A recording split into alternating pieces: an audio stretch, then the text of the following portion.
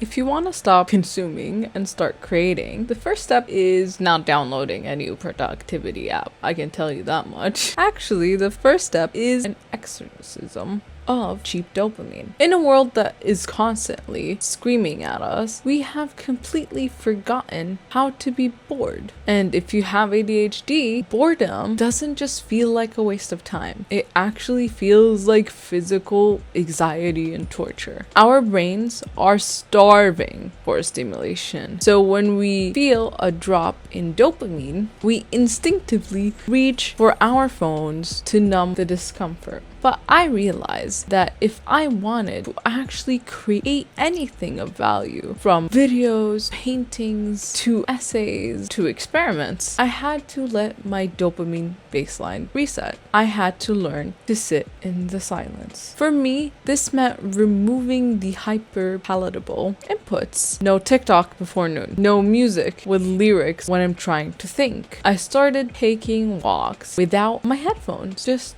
to feel bored. Genuinely, just to feel bored. The first few days, my brain fought me, and it did put up a good fight. It felt that it was so agonizingly slow. You do not realize how much time you have until you don't have anything to do. But eventually, that noise faded, and underneath that noise, I finally heard my own thoughts again. Hi, my name is Alnud, and welcome to my video. Once you actually quiet the noise, you are left with a very terrifying question. What do I actually make of this? What do I do? When you come from a background of an incredibly high expectation, every action feels like it has to have a return on investment. If I'm studying, it better be for MCB so I can actually get into medical school. If I'm reading, it better be a self-help book to optimize my routine. We kill our own intrinsic thoughts and motivation by turning everything into a metric. To fix this, I use something called the bookstore test. If you were dropped to a bookstore, literally, or the library, and grades didn't exist, and medical school didn't exist, and law school didn't exist, and grad school didn't exist, and nobody was watching, what section would you naturally walk towards to? Which book are you gonna pull off the shelf? For me, I realized I was not just interested in one section. I was fascinated between the intersection of psychology and economics. It was so interesting how a lot of the decisions we make every day, which you analyze in economics, is underlined with our human psychology. It is so intertwined that it is a field of its own called behavioral economics. Additionally, I realized I was obsessed with the tactile feeling of mixing oil paints. Like, trust me, that's the best feeling in the world. Reconnecting with that childlike, unproductive curiosity was the key. I had to give my polymath brain permission to just follow an interest without trying to monetize it or put it on a resume. That's why I started volunteering at the cat shelter, because I loved cats. And I remember since I was a child, I would watch cat videos and I would watch The Cat Whisperer and learn about cat behavior. And it was something that I found very interesting and very simple, but yet so complex. But we also have to remember, curiosity alone doesn't get the work done. Creation requires friction, and the ADHD brain hates friction. We have like smooth brains, everything this wee. If there's friction, we're like wee. So, you know, best analogy ever.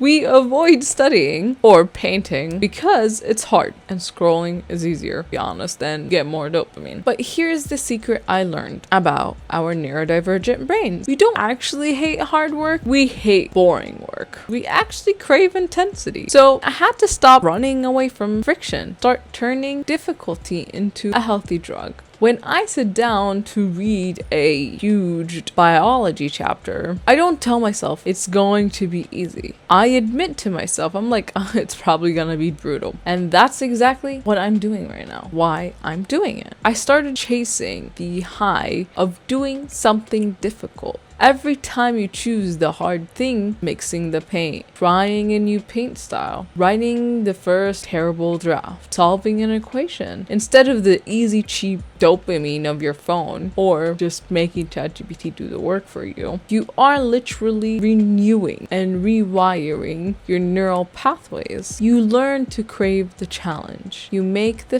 friction your fuel. As someone that loves, and I mean loves, starting new things, this next step was the hardest for me. I had to fall in love with monotony. If you want to be a creator instead of a consumer, you had to accept that 90% of the process is going to be incredibly annoying and unsexy. It is repetitive. It is mundane. It is doing flashcards for like the 100th time, and you're like, I swear I know this flashback like the back of my hand, but you need the repetition to actually learn something. It is like washing your paintbrush. Like, oh my god, I have so many paintbrush just on the sink right now because I do not want to wash them. Like, I would pay anybody any type of money to wash them because I don't want to touch. But that's what I mean. I used to think that if I wasn't feeling a massive wave of inspiration, I shouldn't be working. But inspiration is a trap for an amateur. The professional simply shows up and does the mundane reps. Like, if you're comparing to people that go to the gym, the professional is probably going to be there every day doing what they have to do to keep their career. So when my brain is screaming for novelty, I anchor myself to the physical reality of the task. I focus on how pen glides on my paper, or how I'm scratching my arm, for example, right now. I focus on the smell of paint or the sound of the video. I stop trying to escape my present moment and just let the monotony be exactly what it is, the bridge between an idea and reality. So why do we do this? Why subject ourselves to the boredom and to the friction and to the monotony? And that's because the alternative is spending the rest of your life as a passive observer in someone else's world. We truly do not know if we're ever going to be conscious again. This is our only life that we 100% know exists, and living it as a passive observer sounds miserable, to be honest. Creating isn't just about being a world-class artist. It's not about having perfect GPA or having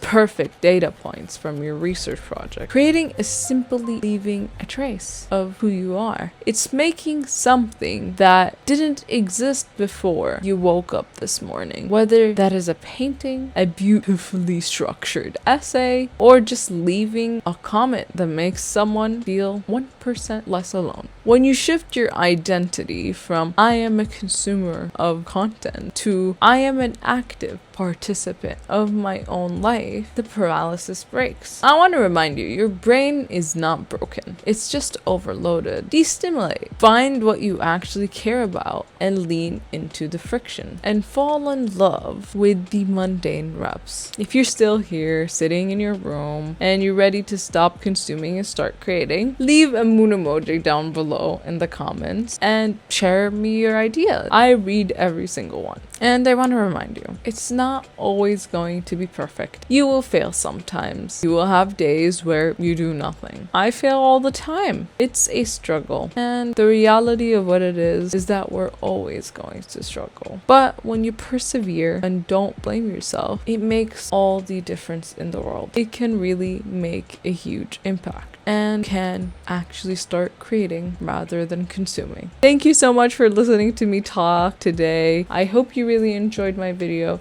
If you did, you can watch my last video on how to manage your multiple interests. Again, I hope you really found something helpful today. If you did, please like, subscribe, and share, and see you next time.